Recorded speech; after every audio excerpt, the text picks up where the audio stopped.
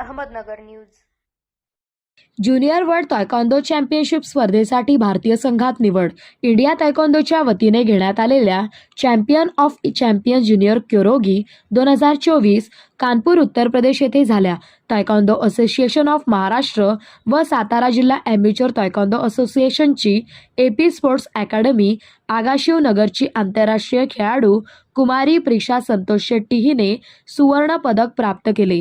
तिची कोरिया येथे होत असलेल्या ज्युनियर वर्ल्ड चॅम्पियनशिप स्पर्धेसाठीच्या कॅम्पला निवड झाली।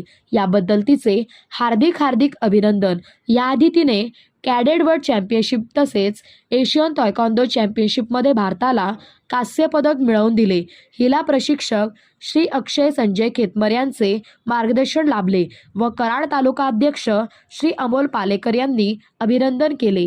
सातारा जिल्हा ॲमेच्युअर तायक्वांदो असोसिएशनचे अध्यक्ष डॉक्टर सुनील कोडगुले, सरचिटणीस श्री संतोष सस्ते, सचिव श्री विजय खंडाईत, खजिनदार श्री गफार पठाण या सर्वांनी तिचे अभिनंदन करून पुढील वाटचालीस तिला शुभेच्छा दिल्या।